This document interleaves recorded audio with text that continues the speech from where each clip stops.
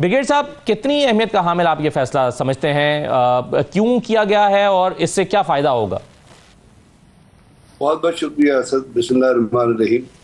देखिए, पहले तो क्यों जो किया गया है वो तो आपको पता है, पाकिस्तान ने जो ये रिसेंट जो ऑपरेशन हुआ और इसकी इब्तदा हमने नहीं की थी, बल्कि भारत ने हमारे सिविलियन टारगेट्स पे रात के अंधेरे में हमला किया था और जिसपे हमारे मुक़द्दस मकामात को शहीद किया था, मसाजिद को और मदरसों को। तो वो तो पाकिस्तान के ऊपर अखलाकी तौर पे भी और मजहबी तौर पे भी ये ड्यूटी आयद होती थी कि हम उसका बदला चुकाएं। इसीलिए हमने कहा कि जी हम आपको हिट करेंगे at the time of our own choosing, at the place of our choosing. और हमने 26 टारगेट्स को हिट किया और आप बारहा उसका जिक्र कर चुके हैं कि किस तरह इंडिया की साइट्स को जो तबाह किया गया। और जब खासतौर पे S-400 और आपने जो ब्रह्मोस की साइट को हिट किया और उसके बाद जो एयर बेसिस को एयरफोर्स हिट किया, इसके साथ साथ एक सिनर्जी में आर्मी ने उन सपोर्ट बेसिस को टारगेट किया जिसमें KG टॉप थी, 80 ब्रिगेड था और नेज़ा पीर से लेके नीलम वैली से लेके नीचे तक जो पोस्टें पाकिस्तान के अंदर मुदाखलत करती थी, पाकिस्तान की सिविल आबादी में फायर करती थी, उनको अल-फतह 2, अल-फतह 1 और अल-फतह 2 मिसाइल से हिट किया गया। और उसके अलावा आर्टिलरी के बेताशा राउंड फायर किए गए जिससे वो लोग पोस्टें छोड़ के चले गए। और अब इसके बाद जो एक इंटरनेशनल रिकग्निशन आई, और उस इंटरनेशनल रिकग्निशन में दो चीजें बड़ी जरूरी हैं। एक तो ये भारत के अंदर जो डैमेजेस हुए थे उसका दुनिया ने उसको कबूल किया कि हमने उनके राफेल गिराए और 6 तैयारे जो है वो 5 तैयारे या 6 तैयारे हमने हिट किए। और जब वो पाकिस्तान के लॉसेस के बारे में इंडिया ने कहा कि जी पाकिस्तान की एयरफोर्स को हमने डैमेज किया, तो मैं अपना या आपका क्या जिक्र करूं।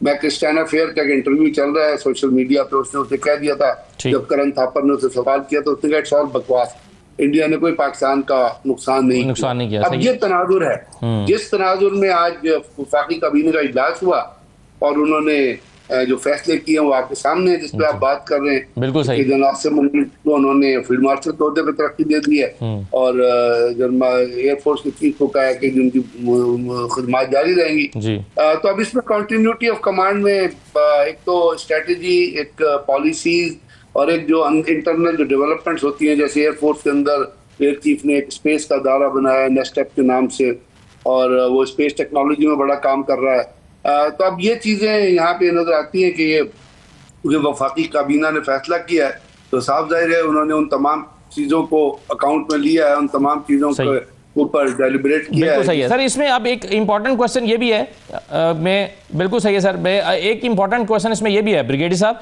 और वो ये है कि इससे इंडिया को पैगाम क्या मिला है, उनके लिए इसमें क्या पैगाम है, और अफवाज पाकिस्तान और वो जवान, वो ट्रूप्स जो बॉर्डर पर खड़े हुए हैं, उनका मोराल पे इससे क्या फर्क पड़ता है? असद, ट्रूप्स का मोराल तो आपको पता है, जब पाकिस्तान ने जो विक्ट्री हासिल की है वो बुनियादी तौर पे जो ट्रप्स डिप्लॉयड हैं फील्ड में कश्मीर में लाइन ऑफ कंट्रोल पे, या वो पायलट्स जो उन ऑपरेशंस के अंदर गए हैं, मोराल तो उनका सक्सेस के बाद साफ जाहिर है on top of the world है। अब उसके अंदर आप इन तमाम चीज़ों में आप रोल देखते हैं, लीडरशिप का रोल देखते हैं कि वो लीडरशिप जिसने ये तमाम चीज़ों को प्लान किया और इनको लेके चली, वो चीज़ें वैसे ही एक आपके अंदर कॉन्फिडेंस जो है वो जनरेट कर देती हैं। अब इंडिया के अंदर इंडिया, आपको पता है इंडिया का मीडिया, आपने खुद देखा कि वो किस किस्म का प्रोपेगेंडा पाकिस्तान के बारे में करते रहे हैं। और इंडियन आर्मी का आपने वहाँ पे आपने ये देखा कि उनके एक लेफ्टिनेंट जनरल को उन्होंने सैक कर दिया, फिर deputy chief of air staff को उन्होंने सैक कर दिया। उसके ऊपर साफ जाहिर है कि पाकिस्तान ने अपना जो मुकदमा, पाकिस्तान का जो केस या पाकिस्तान का नैरेटिव जो दुनिया पेश कर रही है, उससे तो इंडिया के अंदर को अच्छी वाइब्स नहीं आएंगी ना।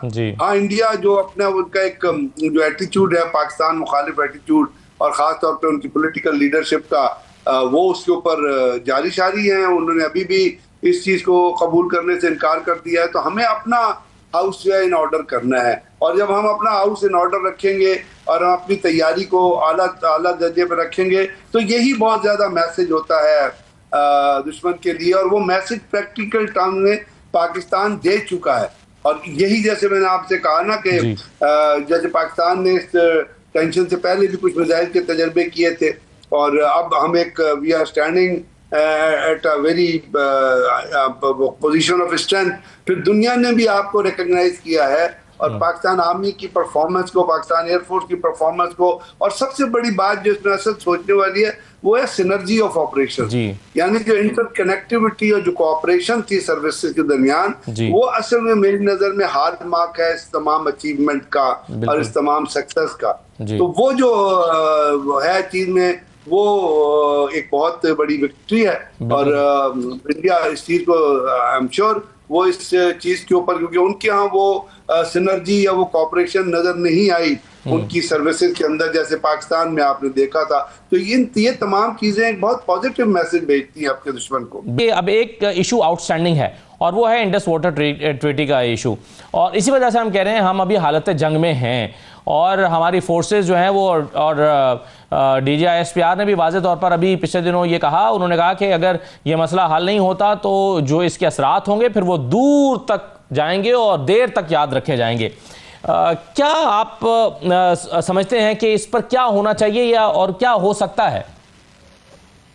असल तो जहां तक आपने इंडस वाटर ट्रीटी की बात की, तो इसके ऊपर तो बहुत माजी में, आज की बात नहीं है, माजी से पाकिस्तान बहुत लूज कर चुका है। आपको पता है कृष्ण गंगा डैम जब बना था तो पाकिस्तान गया था वहां पे मुकदमे को लेके वर्ल्ड बैंक और इंटरनेशनल वाटर काउंसिल में, तो उन्होंने पाकिस्तान का रिस्पांस और पाकिस्तान का दिफा सुनने से इनकार करके उन्होंने इंडिया को इजाजत दे दी थी कि आप कृष्ण गंगा डैम बनाएं। हम बहुत चीखते हैं और पाकिस्तान में चीखते रहे कि हम लो रेपरेरियन हैं और हमारे हकूक भारत जब्ती करता, लेकिन इसके बावजूद भी उन्होंने, उसके बाद भी उन्होंने इसके ऊपर कोई 24 डैम चिनाब पे बना लिए, 33, हमने 33 डैम जो है वो सतलज पे बना लिया। हमने मुकदमा ही नहीं लड़ा। हमारी पॉलिटिकल, मैं बहुत दुख के साथ इस बात, आप तारीख उठा के पढ़ लीजिएगा, हमारी जो सियासी हुकूमतें थी उन्होंने मुकदमा ही लड़ने से इनकार कर दिया कि it is waste of time.